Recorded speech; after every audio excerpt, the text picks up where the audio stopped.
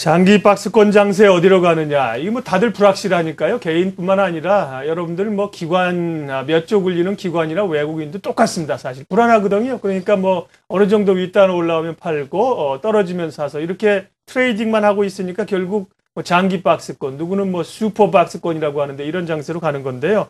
그런 요인 가운데 이제 또 미국 대선은 끝나고 짚어봐야 될 게 중국 이야기 아니겠습니까? 중국이 오늘 당대회를 시작으로 이제 정권 교체가 이루어지는데 한상환 본부장님, 뭐 중국이야 둘 중에 누가 되느냐가 아니라 벌써 후계자가 지금 지목이 돼 있고 어떻게 보면 절차들을 거쳐가는 거 아니에요. 예, 그런 점에서 중국의 이 정권 교체, 권력 이양의 최근 모습들은 어떻게 바라보세요? 이제 기본적으로 이번에 이제 시진핑이 주석이 될 걸로 보고 있고 리커창이 이제 국무원장으로 해서 세력의 이제 권력 순위 1, 2를 이제 갖게 될 거로 보는데, 문제는 이제 시진핑은 타자당이고 이제 리커창은 공청단이잖아요. 이 둘이 그동안 계속 권력 투쟁을 해왔던 그 사람들이거든요. 이 둘이 이제 적과의 동침을 하면서 앞으로 이제 중국의 산적한 문제들을 얼마나 원만하게 풀어나갈 것이냐 하는 부분이 제일 이제 관심을 가지고 보셔야 될 부분인 것 같고요. 그 다음에 이제 주석직이 넘어갔다 그래서 국가의 권력이 후진타오에서 시진핑으로 완전히 넘어갔다고 보시면 또 안 되는 부분이 중앙군사위 주석직이 이제 있거든요. 그 부분을 언제 넘겨줄 것이냐인데, 이번에 넘겨줄 것인지 아니면 몇 년 후에 넘겨줄 것인지가 이제 관건이 되죠. 그래서 원래 지난번에 장점인에서 후진타오로 넘어갈 때도 중앙군사위 주석직이 넘어가는 데는 한 2년인가 1년인가 시간이 좀 걸렸습니다. 그래서 이번에도 이제 그 부분이 언제쯤 넘어갈 것이냐 이렇게 봐야 되는데, 그렇다 그러면 시진핑이 어느 정도 이제 정치적으로 안정적인 힘을 보여줄 것이고 지도력을 보여줄 것이냐의 문제인데, 그런 쪽에서는 아무래도 대내적인 문제하고 대외적인 문제 두 가지를 다 살펴봐야 될 것 같아요. 그러니까 대내적으로는 뭐 여러 다른 지역들, 이제 지방 지역들의 자치 독립 문제라든가 또 민주화 요구 이런 것들에 대한 대응을 얼마나 잘해서 대내적인 정치 지도력을 보여줄 것이냐의 문제가 있고요. 또 한 가지 대외적으로는 이제 아무래도 G2라고 하면서 미국하고 중국이 세계를 이끌고 가는 지도 국가다 이렇게 보고 있는데, 이때 이제 미국하고 관계 설정을 어떻게 해나갈 것이냐. 또 아시아의 이제 한국과 일본과 영토 분쟁 이런 문제 같은 아시아 및 주변 국가의 관계 설정을 어떻게 해가지고 나갈 것이냐, 이런 부분들이 권력 이양이 어떻게 잘 될 것이냐를 결정하는 그런 이슈가 될 것 같습니다. 네. 지금 한 본부장님 말씀하신 것처럼 시진핑이 절대 권력자가 된다고 하더라도 리커창의 견제가 있을 수 있고, 또 마쿠에서 장쩌민이나 후진타오가 좀 속된 표현을 쓰면 이제 눈을 시퍼렇게 뜨고 있지 않습니까? 그렇죠. 그런 점에서 보면 향후 중국의 이 새로운 처제도 상당히 좀 이전과 달리 좀 긴장감이 있거나 불안하게 외부에서 볼 때 그렇게 갈 가능성도 좀 있겠습니다. 아무래도 뭐 초반에 한 2, 3년 정도는 이 권력이 좀 불안한 모습을 보일 수 있고요. 이것이 이제 시진핑이 어느 정도 정치력을 좀 제대로 좀 보여주면서 완전히 틀을 잡고 가기 시작할 때까지는 좀 시간이 걸린다고 보셔야 될 것 같습니다. 네. 현대경제연구원 한상환 본부장님 말씀이었습니다. 한 본부장님께서 계속 좀 중국 경제 상황 요즘 어떤지 좀 이어가 주세요. 그리고 중국 얘기 풀겠습니다. 최근에 이제 사실 중국도 2분기 성장률 쇼크가 오면서 시장에 상당히 충격을 줬다가 얼마 전에 지표 나온 걸 보면 조금 돌아선다는 이야기도 나오는데, 향후 4분기 또 내년 중국 경제가 과연 좋아지는 건지 바닥을 좀 치는 건지요? 어떻게 보시는지요? 중국 성장률이 이제 당초에 한 9%대에서 지난 몇 년 동안 이제 8%를 지킨다. 바오파가 나왔었죠. 그럼에도 불구하고 9%대를 이제 유지하고 오다가 최근 들어서 뚝뚝뚝뚝 떨어지는 모습을 보이죠. 그래서 1분기에 8.1% 나왔고 2분기가 7.6%, 3분기가 이제 7.4%까지 떨어졌습니다. 근데 4분기가 이제 떨어지는 속도가 좀 둔화가 되면서 이게 바닥 아니냐 이런 이야기가 나오는 것이고요. 그다음에 이제 10월 달에 비제조 구매 관리자 지수 이런 걸 보면 55.5로 해서 9월 달보다 좀 상승을 하고 있고, 제조 PMI도 50.1로 드디어 이제 50을 다시 넘었습니다. 전월 대비 0.4포인트 이제 상승을 한 그런 셈인데, 그래서 4분기에는 아무래도 7.5%나 7.8% 정도로 해서 추세적인 전환이 이루어질 것이 아니냐 이렇게 관측을 하고 있습니다. 다만 문제는 중국도 대외 의존도가, 무역 의존도가 굉장히 높은 경제인데, 지금 중국의 수출이 반짝 상승하는 모습을 보이긴 했습니다만, 이 수출이 늘어나기 위해서는 아무래도 미국 경기나 유럽 경기가 본격적으로 살아나줘야 되는 그런 상황인데, 유럽 경기 그렇게 크게 좋아 보이지 않고, 미국은 돌아서고는 있다고 하지만 이것이 뭐 뜨겁다 할 정도로 그렇게 좋은 상태가 아니기 때문에 수출이 앞으로 이제 어떻게 될 것이냐가 좀 중국 경제가 완전히 돌아서는 데 있어서 관건 아니겠냐 이렇게 보고 있습니다. 네. 일단 최근에 그 나타나고 있는 추세 전환의 가능성들을 좀 평가를 높게 하고 계신 것 같습니다. 예, 조인남 센터장님과 오성진 센터장님에게도 우리가 뭐 중국이 미치는 영향력은 더 이상 뭐 말할 필요가 없지 않습니까? 경제나 증시나 그런 점에서 새로운 지금 정권 교체도 사실 뭐 중국에 누가 되느냐가 우리하고 무슨 상관이 있느냐? 정권 교체 이후에 대규모의 경기 부양 과거처럼 네. 그다음에 이제 중국 경제가 돌아서느냐 이 부분이 관심사인데요. 그 부분 좀 얘기해 주세요. 조인남 센터장님. 네. 2008년 10월 말에 중국 증시가 바닥을 확인했고요. 덩달아서 이제 한국 증시도 바닥을 확인했는데 대규모 경기 부양책이 나왔습니다.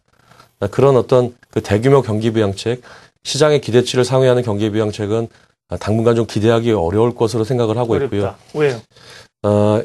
일단 저희 그 중국 애널리스트에 따르면 네. 시진핑은 그 성향상 실제로 아주 공격적인 투자를 통한 성장도 아니고 네.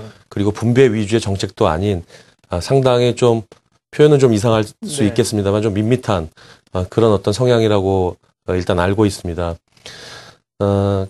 그리고 그 중국의 지금 경제 성장률이 일단 7.4%에서 결국은 4분기서부터 이제 올라가는 추세로 될 것으로 사람들은 낙관하고 있는데 네. 그래도 많은 글로벌 투자자들은 이 수치를 확인하고 추세를 확인한 이후에 실제로 글로벌 경제에 대한 어떤 그 기대감을 갖기 때문에 일단 한동안은 중국의 대규모 경기 부양책 그로 인한 어떤 경기의 반등은 조금 보수적으로 좀 생각을 하고 확인을 하고 가자. 그리고 지금의 당장의 현안 이슈는 유럽과 미국이기 때문에 네. 어떤 중국의 경제 지표라든지 중국의 정책에 대한 기대감들이 장을 어떤 그 상승 추세로 급반전시키지는 못할 것 같습니다. 최소한 내년 한 1분기, 2분기 네. 초중반까지는 중국이 그 시장의 어떤 주체적인 뉴스를 전달할 것 같지는 않다라고 생각합니다. 많은 분들이 이제 과거의 경험상 중국이 정권 교체하면 어쨌든 간에 대규모 경기 부양을 쓸 것이고 그렇게 네네. 되면 국내에 있는 이제 중국 과거의 전통적인 중국 관련주죠. 소재나 산업재 섹터들이 좀 의미 있게 반등할 수 있지 않겠느냐 기대하고 있는데 그 기간도 그러면 조금 지연이 되거나 좀 눈여겨 시간을 좀 천천히 가지고 봐야 되겠군요. 예, 일단 섣부른 기대감은 갖지 않는 게 좋을 것 같고요. 네. 시간이 해결해 주겠지만 일단 당장의 상승 모멘텀이 나오긴 좀 어렵지 않을까라고 생각하고 있습니다. 네. 오성진 센터장님 뭐 중국의 이제 4분기가 지표가 돌아서 주느냐는 뭐 대단히 중요한 변곡점이 될 수 있을 텐데 어떻게 예측하세요? 뭐 일시적인 회복 정도로 보고 있고요. 큰 기조는 우리 조윤남 센터장님과 거의 같은 의견을 갖고 있습니다. 전 성장통의 문제를 해결하고 가야 된다 이렇게 보고 있습니다. 네. 새 정부의 과제라는 것은 소득 양극화가 상당히 심각한 문제가 되어 있고요. 또 도농 간의 격차가 상당히 높기 때문에 이 문제를 해결하지 않으면 정권의 존립마저도 위험스럽다. 있기 때문에 이 문제를 해야 된다는 상황이고요. 두 번째는 사실은 과잉 투자 문제도 여전히 아직 해결이 안 돼 있는 상태입니다. 그래서 네.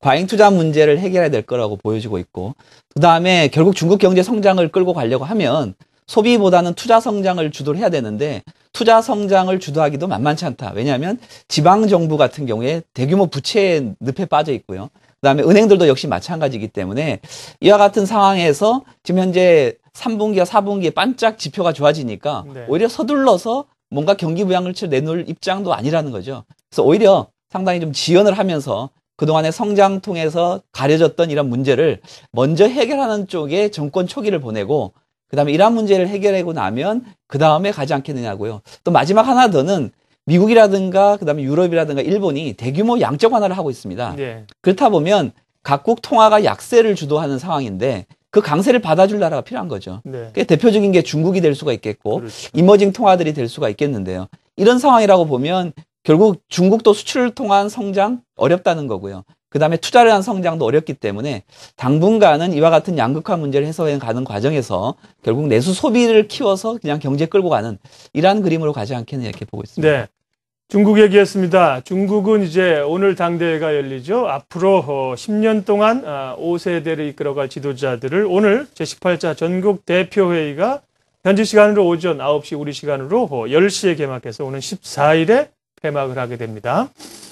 예, 미국 대선 이후의 흐름들을 봤고요. 중국 이야기했고 유럽 이야기를 해야 됩니다. 유럽 이야기는 한상환 본부장님께만 좀 듣고 가도록 하겠습니다. 여전히 뭐 유럽도 해결은 되지 않은 상태고 그리스의 재정 긴축안이 또 표결을 하고 있고 스페인의 구제금융 가능성도 남아 있고요. 유럽의 향로는 어떻게 될까요? 한상환 본부장. 유럽이 이제 거의 대부분이 올해 거기도 마찬가지로 정치 일정을 지금 가지고 있는 거죠. 그래서 이런 정치 일정이 대부분 다 마무리되면서 아무래도 이제 내년 들어가면은 그동안의 혼란은 좀 정리돼 가지 않겠나 이렇게 기본적으로는 보고 있습니다. 근데 두 가지 이슈를 좀 더 봐야 되는데요. 우선 독일이 그 스페인이나 그리스의 문제에 대해서 어떤 입장을 취할 것이냐가 가장 큰 변수가 될 것 같아요. 독일은 아무래도 아직 선거 일정이 이제 마무리되지 않고 내년까지 가야 되기 때문에 독일 그런 그 정치적인 프로세스가 이 유럽에 이제 우호적으로 갈 수 있을 것이냐는 건 조금 한번 두고 봐야 될 부분인 것 같고요. 스페인이 이제 구제금융으로 간다고 하더라도 그 이후에 그리스나 이탈리아 문제가 계속 그 불거질 경우에 유럽이 그러면 어떤 자금을 가지고 이걸 막아내고 갈 것이냐는 문제가 생기는데 가장 기본적으로 유럽 재정안정기금이 한 5천억 유로 정도 있다고 하지만 그중에 실제 가용 재원은 한 3천억 정도밖에 안 됩니다. 그리고 이 3천억 정도의 가용 재원 가지고는 스페인 하나 막으면 이제 바닥이 드러나는 거거든요. 그럴 경우에 어떻게 할 것이냐 하는 문제가 있고요. 더 본질적인 문제는 유로 체제 자체가 지금 문제입니다. 그러니까 유로 체제라고 하는 게 일국 일통화라고 하는 그 통화에 있어서의 가장 기본적인 원칙에서 벗어나 있는 것이기 때문에 정치까지 다 그러니까 국가까지 다 하나로 통합이 되든지 아니면 각각이 다 찢어지든지 둘 중에 하나로 결론이 나야 되거든요. 근데 이런 유로 체제를 찢자니 그리스 하나만 탈퇴를 해도 유럽 전체 경제가 한 1% 정도 경제가 후퇴할 걸로 보고 있고, 그다음에 유로 체제가 다 찢어지면 한 10% 정도 내외로 경제가 후퇴할 걸로 보고 있는데 그거를 감내하고 갈 수는 없는 상황이면서 또 동시에 유럽 각국들이 뭐 정치적인 문제, 민족적인 문제, 문화, 사회, 종교 모든 것이 하나로 통합하기가 그렇게 쉽지 않은 상황이기 때문에 이 문제들을 앞으로 어떻게 풀어갈 것이냐가 유럽의 가장 큰 숙제가 될 것이고요. 다만 어떤 형태든지 방향이 잡히기 전까지는 아마 각국이 공조를 해가면서 사태가 불거지는 것은 틀어막고 가지 않겠냐 하는 게 기본적인 입장입니다. 본부장님, 우리가 유럽 문제도 작년에도 우리 여기 오 센터장님이나 조 센터장님하고도 많이 얘기했어요. 근데 지금 보면 뭐 이런 질문 좀 외람됩니다만 유럽이 이게 한 번에 끝날 문제가 아니고 꽤 오래 시간을 끌어왔잖아요. 그렇죠. 지금 보면 이를테면 뭐 100이라는 전개 과정 중에서 어떤 방향으로 가든, 뭐 갈라지는 방향으로 가든, 발전적인 방향으로 가든 이 시기상 어느 정도 진전이 좀 돼 있다고 판단하세요, 개인적으로?